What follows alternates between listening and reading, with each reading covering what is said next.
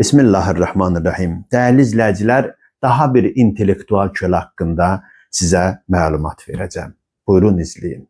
Azərbaycanda bir kəsim var idi ki, gecə gündüz deyirlər ki, İran güclüdür, İran qalib gəldi, İran udmalıdır, İran belə, İran elə. Qardaş, İran güclü olsa sənə nə verəcək?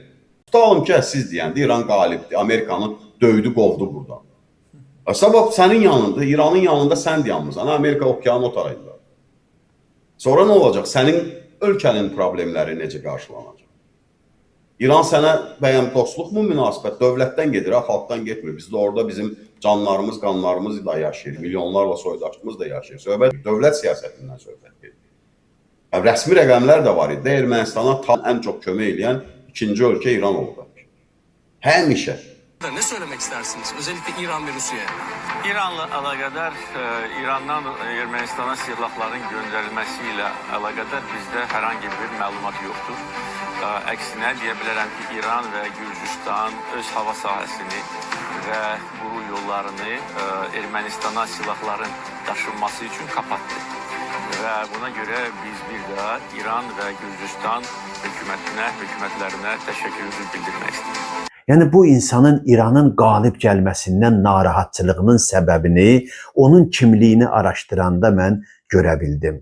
Amerikada gedib 1-2 ay belə deyir hansısa bir məktəbdə sertifikat alıb belə deyək ki, Qərbin xəstə təfəkkürü beyninə yeridilmiş insanlardılar. Avropada, Qərbdə 1-2 belə deyək ki, məktəblərdə müvəqqəti kurslar keçib, diplom alıb gəlib özünü siyasətçi hesab edən bu insanlar narahatdılar ki, regionda Qərbin maraqları daralanda bunların da belə deyək ki, çörək yerləri bağlanacaq. Ona görə bunlar narahatdılar. 95'e qədər nə işlə məşğul olduğu bilinməyən bu adam indi durub elə danışır ki, İran güclənsə bizim üçün təhlükəyə çevriləcək. Ay intellektual kölə, bizim o kasıb vaxtımızda, ac vaxtımızda bizim arxamızda duran yeganə dövlət İran dövləti idi. Dünyada bir devlet İran'dan savayım, Ermənistanı təcavüzkar devlet kimi tanımır. Başa düşürsünüz yoksa? Ki, nə üçün İran üzərindən silahları gətirə bilməyiblər? Ona görə ki, İran bizim dost, qardaş ölkəmizdir. Ona görə ki, öz hava məkanını bağlayıb, bizim xahişimizi nəzərə alaraq, ona görə ki, istəməyib ki, onlar gəlib Azərbaycanlıları öldürsünlər.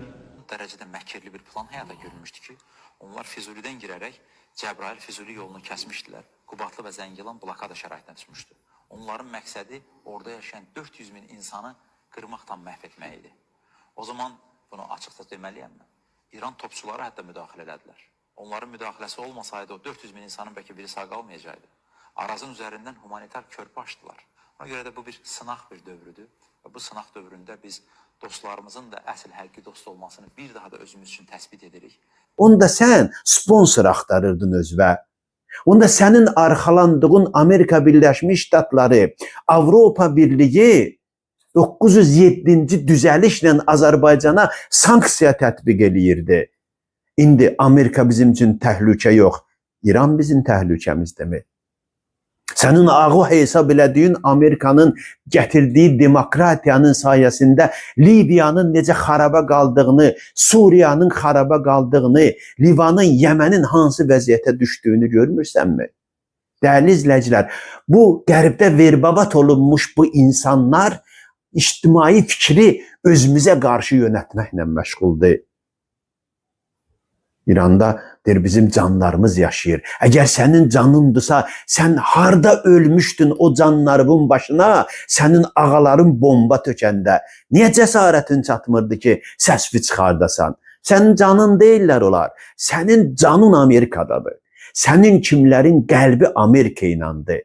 Niyə? Çünki sizin yeminiz oradan gəlir. Çünki siz o qərbin intellektual kölələrsiniz.